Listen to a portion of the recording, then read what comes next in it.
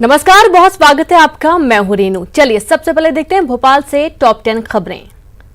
स्वास्थ्य मंत्री नरोत्तम मिश्रा ने कोरोना को लेकर कमलनाथ सरकार पर बड़ा आरोप लगाया है। उन्होंने कमलनाथ सरकार पर कोरोना को लेकर इंटेलिजेंस की रिपोर्ट को नहीं मानने का आरोप लगाया है। नरोत्तम मिश्रा ने कहा कि दुबई से इंदौर आई फ्लाइट में आए लोगों से इंदौर और दूसरी जगहों पर कोरोना फैला।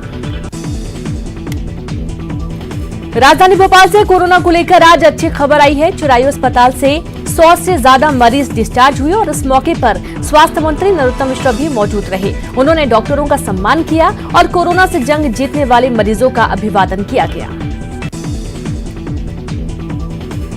भोपाल के चिरायू अस्पताल से एक छोटा बच्चा भी कोरोना को मात देकर बाहर निकला। बच्चे के ठीक होने पर उसके परिवार समेत डॉक्टरों ने भी खुशी जाहिर की। जनशताब्दी एक्सप्रेस 456 यात्रियों को लेकर जबलपुर से भोपाल पहुंची। ये सभी लोग पिछले 2.5 महीने से जबलपुर में फंसे हुए थे। इन सभी मुसाफिरों की भोपाल स्टेशन पर स्क्रीनिंग की गई। वंदे मातरम के गायन को लेकर सियासत शुरू हो गई है। कांग्रेस नेता मंत्रालय के वल्लभ मार्ग पहुंचे और वंदे मातरम का गायन किया गया। बीजेपी के समय शुरू हुआ गायन फिलहाल बंद था।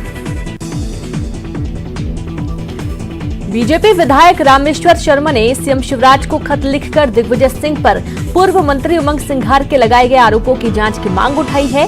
विधायक ने कहा कि पूरे मामले की सीबीआई से जांच कराई जाए। उमंग सिंघार ने दिग्विजय सिंह पर अवैध रेत और शराब के कारोबार में लिप्त होने का आरोप लगाया था।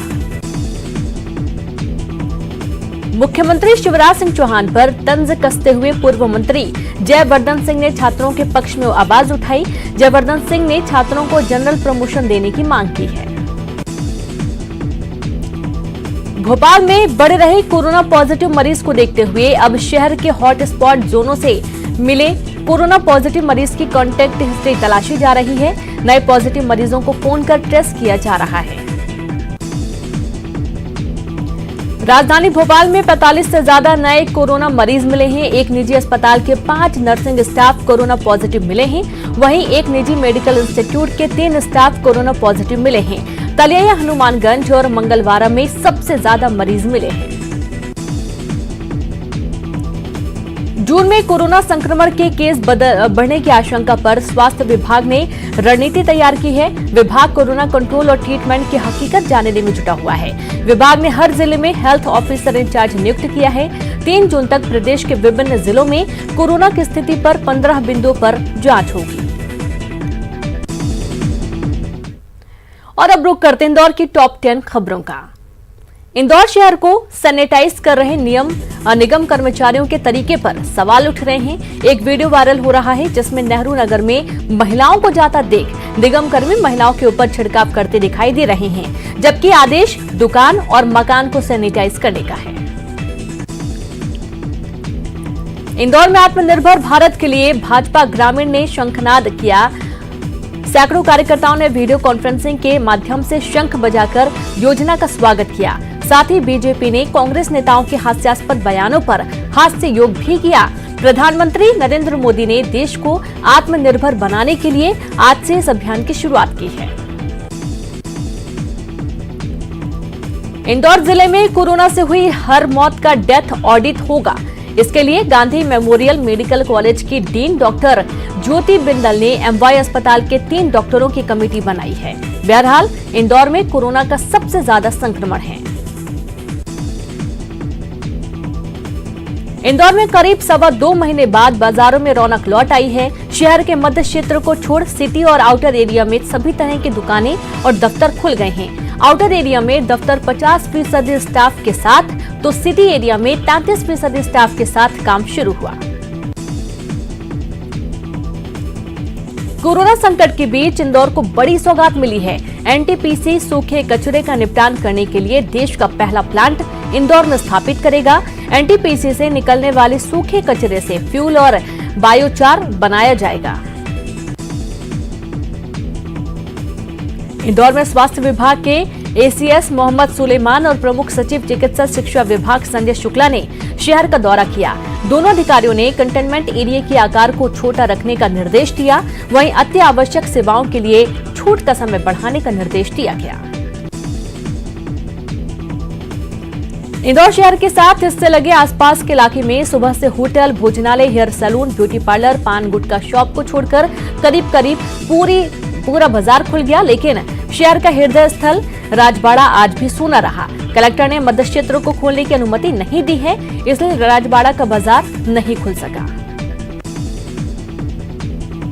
पिछले 62 दिनों से नगर निगम द्वारा शहर के गरीब और जरूरतमंद परिवारों को निःशुल्क भोजन के पैकेट और राशन सामग्री दी जा रही है, लेकिन आज से राशन सामग्री और भोजन पैकेट का वितरण बंद कर दिया गया। अपर आयुक्त संदीप सोनी का कहना है कि बजट की कमी के चलते ये कदम उठाया गया है। इंदौर में करीब 65 दिनों बाद मिली लॉकडाउन छूट के बाद बड़ी संख्या में लोग शहर के बाहरी क्षेत्रों के सड़कों पर निकले। सुबह से ही airport road, Gumasta Nagar, Sudama Nagar, Rajendra Nagar, Bhanwarkuan road, Navlakha, white church area, Vijaynagar, Sukhliya क्षेत्रों में बड़ी संख्या में लोग सड़कों पर दिखाई दिए। मध्य प्रदेश में 24 विधानसभा सीटों पर उपचुनाव कब होंगे यह तो तय नहीं है, लेकिन भाजपा और कांग्रेस दोनों में अंदरूनी घमासान चरम पर आ चुका है। कांग्रेस से इस्तीफा देकर भाजपा में आए विधायकों को टिकट देना पार्टी की मजबूरी है। वहीं इस क्षेत्र से अब तक भाजपा का प्रतिनिधित्व करने वाले नेताओं की मुखालफत ने संगठन को उलझा दिया है। और अब आपको बताएंगे ग्वालियर से जुड़ी टॉप 10 प्रमुख खबरें। तो ग्वालियर में जहां जिले में आज से नई वोटर लिस्ट बनाने का काम शुरू हो गया है। जून महीने में वोटर लिस्ट में नाम जोड़ने और हटाने का काम किया जाएगा। जुलाई में दावे आपत्ति के बाद 4 अगस्त को नई वोटर लिस्ट प्रकाशित होगी। ग्वालियर जिले की 3 विधानसभा में होने वाले उपचुनाव के मद्देनजर नई वोटर लिस्ट तैयार की जा रही है। उपचुनाव की सुगबुगाहट के साथ ही पूर्व मंत्री डॉक्टर गोविंद सिंह के बंगले पर टिकट के दावेदारों का जमघट लगना शुरू हो गया है। ग्वालियर चंबल अंचल में 16 सीटों पर उपचुनाव होने वाले हैं। अंचल में कांग्रेस की टिकट देने में डॉक्टर गोविंद सिंह की महत्वपूर्ण भूमिका रहेगी। यही वजह है कि दावेदार डॉक्टर गोविंद सिंह से मुलाकात कर अपनी दावेदारी दिखा रहे हैं। फेसबुक पर भड़काऊ पोस्ट करने वाले अजय रमैया को बहोड़ापुर पुलिस ने गिरफ्तार कर लिया है। अजय कई दिनों से फेसबुक पर देवी देवताओं, सीएम और पीएम के खिलाफ अनर्गल पोस्ट कर रहा था। रामानंद पुरोहित ने अजय के खिलाफ थाने में शिकायत दर्ज कराई थी। 25 मई को हुए ममता चौहान हत्याकांड का कंपू पुलिस ने खुलासा कर दिया है। ममता के प्रेमी वीरू वाल्मीकि अपने 3 रिश्तेदारों के साथ मिलकर ममता की हत्या की थी। प्रेम संबंधों को लेकर ममता वीरू को लगातार ब्लैकमेल कर रही थी, जिससे परेशान होकर वीरू ने इस हत्याकांड को अंजाम दिया। लॉकडाउन का उल्लंघन करने वाले दुकानदारों के खिलाफ पुलिस लगातार कार्रवाई कर रही है। मुरार में शाम 7 बजे के बाद दुकान खुली रखने वाले 44 दुकानदारों के पुलिस ने चालान काटे हैं। 2 दुकानदारों के खिलाफ एफआईआर दर्ज की गई है। शहर भर में 157 लोगों के चालान काटे गए हैं। शहर के सबसे व्यस्ततम टोपी बाजार इलाके में दुकानदार पार्किंग से परेशान हैं। 2016 में मार्केट में वाहनों की पार्किंग पर रोक लगा दी थी, लेकिन लॉकडाउन खुलने के बाद फिर से यहां वाहनों की पार्किंग हो रही है। सुबह से शाम तक करीब 1 लाख से ज्यादा वाहनों का आवागमन रहता है, जिससे टोपी बाजार के दुकानदार परेशान हैं। ग्वालियर में बीते 2 दिनों में हुई बारिश के चलते गुड़ा इलाके के लोगों की परेशानियां बढ़ गई हैं। दरअसल इलाके की खुदी हुई सड़कों में बारिश का पानी जमा होने लगा, जिससे फिसलन बढ़ गई है और ऐसे में यहां रहने वाले 10,000 से ज्यादा लोग परेशानियों का सामना कर रहे हैं। लोगों ने नगर निगम अधिकारियों से इसकी शिकायत भी की है। ग्वालियर में पानी की समस्या को लेकर लोगों ने घेराव कर दिया। पानी को लेकर नाराज वार्ड क्रमांक 5 के लोगों ने पिछोर नगर परिषद के अधिकारी आनंद गोस्वामी का घेराव कर दिया। साथ ही लोगों ने समस्या का समाधान न होने पर उग्र आंदोलन करने की चेतावनी भी दी।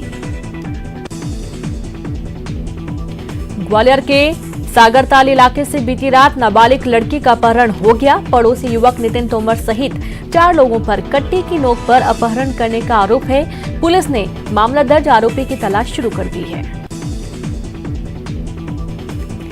छत्तीसगढ़ से ग्वालियर परीक्षा देने आए 12वीं के छात्र ने फांसी लगाकर खुदकुशी कर ली। कमरे से 2 लाइन का सुसाइड नोट भी मिला है। सुसाइड नोट में एक लड़की और उसके साथी पर प्रताड़ना का जिक्र है। फांसी लगाने से पहले मृतक ने मोबाइल से वीडियो भी बनाया था। और अब देखते हैं जबलपुर से जुड़ी टॉप 10 खबरें।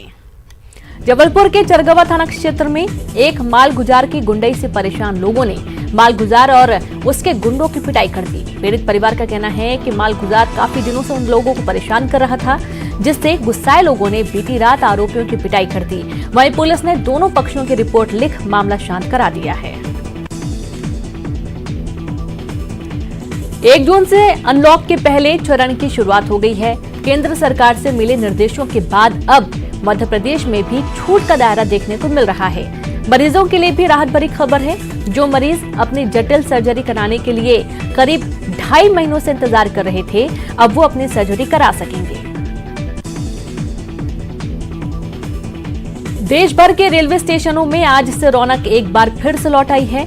जबलपुर स्टेशन से जनशताब्दी एक्सप्रेस सुबह 5:30 बजे रवाना हुई और इसके अलावा जबलपुर से देश की राजधानी को जोड़ने वाली गोंडवाना एक्सप्रेस भी शुरू हुई। रेलगाड़ियों के शुरू होने से अनुमान है कि अब जल्द ही देश भर का रेलवे सिस्टम जल्द ही पटरी पर लौटेगा। कांग्रेस कार्यकाल में सामाजिक न्याय मंत्री रहे लखन घनघोरिया को बंगला खाली करने को लेकर कहीं से भी राहत मिलती नजर नहीं आ रही है। पूर्व मंत्री लखन घनघोरिया को हर हाल में जबलपुर स्थित वन विभाग का सरकारी बंगला खाली करना ही पड़ेगा। जबलपुर के पौष इलाके अनंत तारा में सोसाइटी के अध्यक्ष के जन्मदिन पर जश्न मनाना और जुलूस निकालना अध्यक्ष समेत सोसाइटी के सदस्यों को खासा महंगा पड़ गया। पार्टी का वीडियो वायरल होने के बाद गोरा बाजार थाने में उनके खिलाफ एफआईआर दर्ज कर ली गई है। जबलपुर में लॉकडाउन 4 के आखिरी दिन एक अनोखी शादी देखने को मिली। मध्य प्रदेश के गुना जिले में महिला बाल विकास विभाग के परियोजना अधिकारी श्रवण नागले विवाह के बंधन में बंध गए। 2 साल पहले तय हुई शादी का मुहूर्त मार्च में था, लेकिन लॉकडाउन के चलते वे शादी नहीं कर पा रहे थे। जबलपुर में कोरोना संक्रमित एक और मरीज ने आज दम तोड़ दिया। 73 वर्षीय बुजुर्ग मरीज को 23 मई को नेताजी सुभाष चंद्र बोस मेडिकल कॉलेज भर्ती कराया गया था, जिसे डायबिटीज और किडनी में भी इंफेक्शन था। जबलपुर कमिश्नर महेश चंद्र चौधरी का कहना है कि लॉकडाउन में बड़ी संख्या में मजदूर महाकौशल लौटे हैं और ये संख्या अनलॉक 1 के दौरान और बढ़ने की संभावना है। कमिश्नर का कहना है कि महाकौशल के 8 जिलों में कोरोना जांच की संख्या बढ़ाई जाएगी, साथ ही क्वारंटाइन लोगों की निगरानी तेज की जाएगी। जबलपुर में एक हफ्ते पहले कंटेनमेंट जोन से बाहर हुआ सराफा फिर से प्रतिबंधित क्षेत्र बन सकता है। रविवार की रात मन्नूलाल अस्पताल क्षेत्र में रहने वाली 36 वर्षीय महिला की रिपोर्ट पॉजिटिव आने के बाद स्वास्थ्य विभाग और जिला प्रशासन इस क्षेत्र में सर्वे और जांच करने में जुट गया है। पत्थरों पर नक्काशी करने वाले कारीगर अब 2 जून की रोटी के लिए भी मोहताज हो गए हैं। गढ़ा थाना क्षेत्र में सड़क किनारे झोपड़ी बनाकर कच्चे मकानों में रहने वाले ये हुनरबाज न तो व्यापार कर पा रहे हैं और न ही इनके पास किसी प्रकार की शासकीय मदद पहुंच पा रही है। कोरोना संकट काल में बमुश्किल 2 वक्त के भोजन के इंतजाम लायक कमाई ही नहीं कर पा रहे हैं।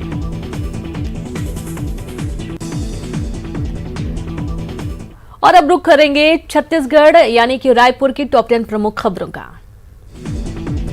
रायपुर पुलिस विभाग में बड़ा फेरबदल किया गया है। एडीजी जीपी सिंह को वापस पीएचक्यू भेज दिया गया है। रायपुर के एसएसपी शेख आरिफ हुसैन को डीआईजी ईओडब्ल्यू और एसीबी का अतिरिक्त प्रभार दिया गया है। वहीं आईजी प्रदीप गुप्ता को लोक अभियोजन डायरेक्टर बनाया गया है। रायपुर में पुलिस विभाग में हुए फेरबदल में आईपीएस नेहा चंपावत को बड़ी जिम्मेदारी दी गई है। नेहा चंपावत को विशेष सचिव गृह बनाया गया है। छत्तीसगढ़ में कोरोना के मरीजों की संख्या बढ़ती जा रही है। प्रदेश में कोरोना पीड़ितों की संख्या 500 के पार हो गई है। प्रदेश में देर रात 5 नए मरीजों की पुष्टि हुई है। प्रदेश में 5 एक्टिव मरीजों की संख्या 388 है। पूरे देश में आज से 200 जोड़ी ट्रेन की शुरुआत हो गई है। वहीं छत्तीसगढ़ में भी 3 ट्रेन की शुरुआत हुई है। मुंबई हावड़ा और अहमदाबाद हावड़ा रूट के लिए ट्रेन की शुरुआत हुई। इसी तरह गोंदिया रायगढ़ जनशताब्दी एक्सप्रेस भी दोनों रूटों पर चल रही है। स्ट्रीट फूड के चाहने वालों के लिए करीब 2 महीने के बाद खुशखबरी लौटी है। आज से अनलॉक 1 के तहत ठेले और गुमटी खोलने की अनुमति दे दी गई है, जिसके बाद ठेला लगाने वालों के लिए भी ये बड़ी राहत है। छत्तीसगढ़ में संपत्ति कर जमा करने की तारीख बढ़ा दी गई है और अब लोग 7 जून तक प्रॉपर्टी टैक्स जमा कर सकेंगे। पहले ये तारीख 31 मई तक ही थी। बाल सुरक्षा दिवस के अवसर पर सीएम भूपेश बघेल ने ट्वीट किया। ट्वीट में लिखा कि हम बच्चों को स्वस्थ, सुपोषित और खुशहाल जीवन देने की अपनी प्रतिबद्धता को पुनः दोहराते हैं। हमारे बच्चों को ढेर सारा प्यार मिले, हमारे बच्चों पर ईश्वर अपनी कृपा बनाए रखे। कोरोना काल में आम आदमी पर एक बार फिर महंगाई की मार पड़ी है। देश भर में घरेलू गैस सिलेंडर के दामों में वृद्धि हुई है। रायपुर में भी करीब 64 रुपए की बढ़ोतरी की गई है। ग्लोबल वार्मिंग के कारण छत्तीसगढ़ में ये पहली बार हुआ है कि मार्च और अप्रैल के दौरान 61 दिनों में राज्य के अलग अलग जिलों में बारिश हुई। मौसम वैज्ञानिक भी इस घटना से हैरान और परेशान हैं। कोरोना के खतरे की अनदेखी और बढ़ते संक्रमण को देखते हुए प्रशासन ने सख्ती बरतना शुरू कर दिया है। मास्क नहीं पहनने पर 1168 लोगों पर जुर्माना लगाया गया है।